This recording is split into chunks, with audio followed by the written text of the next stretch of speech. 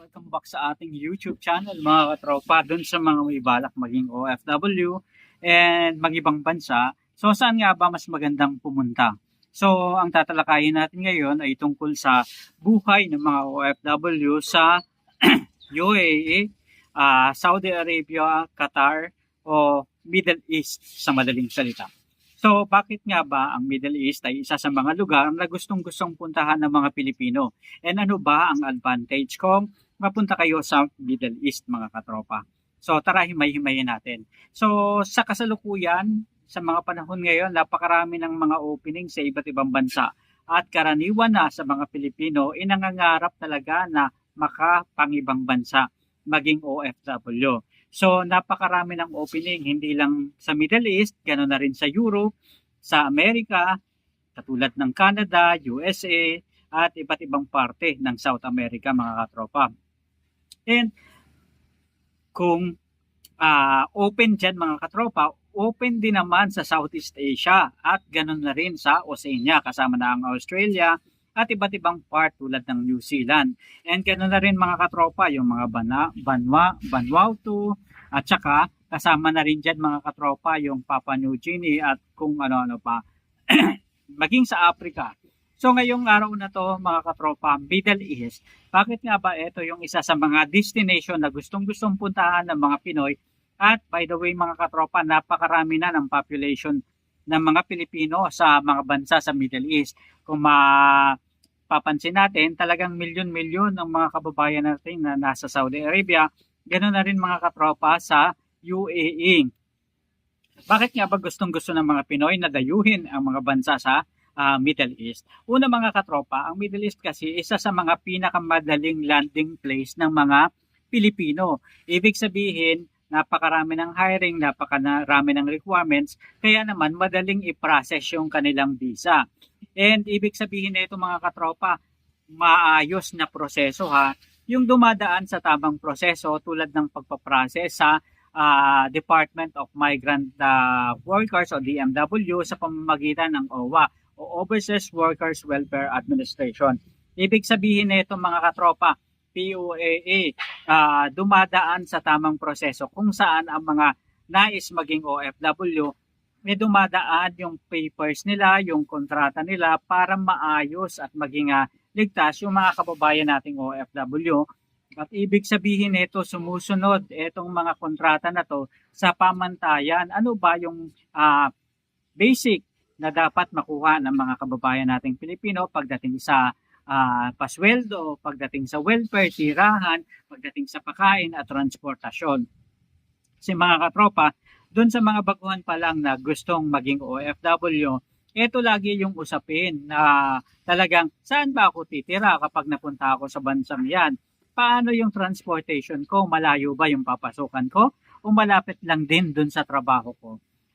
Isa pa sa mga tanong mga katropa is, magkano naman ang magagastos ko sa pagkain? Or shoulder ba ng company itong mga usapin na katulad nito? Kaya importante mga katropa, kapag nagkasakit ba ako, sagot ba ng kumpanya? Itong mga usapin na ito mga katropa, dapat kasama yan sa kontrata.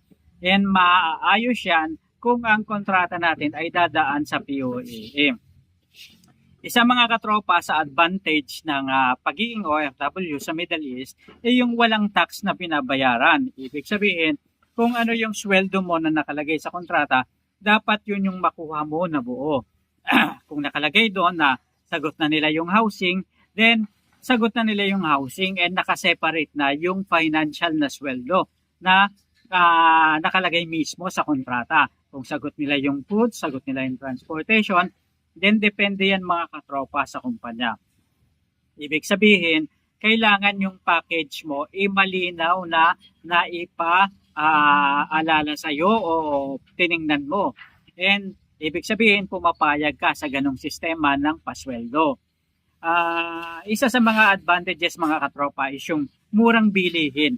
Sa Middle East kasi mga katropa, hindi katulad sa ibang bansa, tulad sa Europe, tulad sa USA, sa Amerika o North America, yung mga cost of living, ganoon na rin mga katropa sa Australia and sa ibang parte ng mundo, talagang yung cost of living, doon pinapatay yung mga Pilipino. Kasi mga katropa, kapag sumweldo ka nga, mataas nga yung sweldo mo, malaki naman yung binabawas na tax sa'yo and malaki yung cost of living.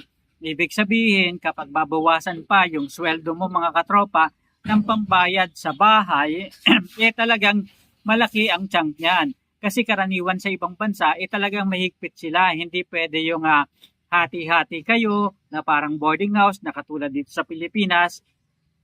Sa ibang bansa, minsan mahigpit sila mga katropa, lalong-lalo na kung may family, at dapat may sariling mga kwarto yung mga anak. Hindi ka pa pwedeng umupa lang ng isang kwarto ha. Kailangan mong umupa ng isang buong bahay para ito ay matugunan mo yung pangangailangan pagdating sa housing ng iyong pamilya. Ibig sabihin nito mga katropa, kung ano yung sweldo mo na nakalagay doon sa kontrata mo, dapat yun yung makuha mo.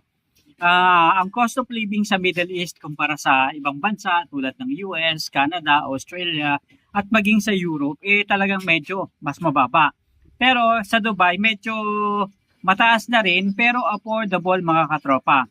Sa Saudi Arabia super affordable lalong-lalo na yung mga OFW natin karamihan sa mga naka-assign sa Saudi Arabia nakakaupa talaga sila ng kanya-kanya nilang mga kwarto kaya ang gaganda ng mga accommodation nila. Sa Saudi Arabia kasi minsan kaya talagang magsolo sa isang kwarto napapaganda nila at napapaayos. Kaya yung mga OFW natin nakaka-rest ng maayos. Ganun din mga katropa, yung mga OFW sa Qatar, although medyo mataas na yung cost of living, karamihan sa kanila nagbo-boarding house concept na nakikipag-share. Kung sa UAE naman, lalong-lalo na sa Dubai, medyo mataas ang cost of living dyan mga katropa, talagang naghahati-hati sila sa kwarto. Diyan natin nakita mga katropa na yung ibang OFW dyan sa UAE, talagang super hati sila sa kwarto. Minsan 6, 5 sa tao na nakatira sa isang kwarto. Kaya naman talagang super partition talaga ang labanan. Pero ang isang magandang bagay naman mga katropa is pagdating sa pagkain. Super affordable. Hindi mo mararamdaman mga katropa na yung parabang kapag mahirap ka, pang mahirap din yung pagkain na mabibili mo. Hindi ganon. Sa Middle East, kapag kung ano yung kayang bilhin ng mayaman na mga mayayaman na pagkain, afford mo rin. Ibig sabihin kahit na mababa lang yung sweldo mo, kayang-kaya mo rin bumili ng mga pagkain na kinakain ng mga mayayaman. So ibig sabihin nito mga katropa, pagdating sa pagkain talagang super affordable and kayang-kaya mong sumabay sa kanila. And isa pa mga katropa, ang isang magandang bagay sa Middle East kapag doon ka na-assign o doon mo balak unang madestino is yung mga samahan ng mga OFW, very close and friendly ang mga OFW sa Middle East, lalong-lalo na sa Saudi Arabia and Qatar, kung saan yung mga tao talaga, "Hoy kabayan," kapag nasasalubong mo, magiging feel at home ka kaagad. Unlike dun sa mga kapag nasa Dubai, medyo pabilisan ang galawan ng tao, although namamansin din ang mga OFW dyan. Pero iba mga katropa yung mga OFW sa Saudi Arabia kasi very close sila sa isa't isa. And talagang kahit na bagong dayo ka sa isang lugar, talagang kapag sinay mo, "Uy kabayan, kumusta?" Talagang minsan malilibre ka pa nila ng mga pagkain na mabibili sa restaurant tulad yung tinatawag na kabsa na isang buong manok ipapaubo sa'yo. So, yan yung mga magagandang bagay na mararanasan mo dyan sa Middle East.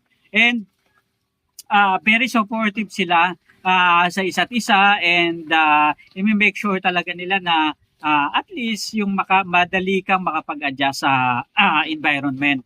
Lalong-lalo na dun sa mga OFW na marami kayo sa company. Kaya lang mga katropa, ingat-ingat lang. Isa sa mga importanteng bagay na dapat nating iwasan kapag OFW tayo is yung nagpapautang tayo sa kapwa natin OFW kasi mahirap maningil. So lesson learned para sa lahat siguro ng OFW. Maging responsable tayo sa paggastos ng sarili nating salapi. And then make sure na mag-ipon tayo mga katropa dahil importante yan. Para sa panahon ng kagipitan, meron tayong madudukot. And isang bagay pa mga katropa is always make sure na sumusunod tayo sa rules and laws, regulation ng host country natin para hindi tayo napapahamak. Ayun lang mga katropa. So ito ang unang episode natin tungkol sa usapang OFW mga katropa. And hanggang sa muli, samahan nyo ako araw-araw sa iba't ibang discussion tungkol sa usapin na related sa mga concern ng mga OFW. And then dun sa gustong maging OFW and gustong mamasukan para yumaman, ayan, kasi lahat naman ng mga gustong mag-abroad, gusto nila umunlad, umasenso at gumanda yung kanilang pamumuhay. So good luck sa inyo and happy ako sa magiging journey nyo sa mga susunod na buwan o sa mga susunod na pagkakataon. And I know it's the first step para umasenso ang buhay ninyo bilang isang OFW. So maraming salamat po. Hanggang sa muli. Paalam.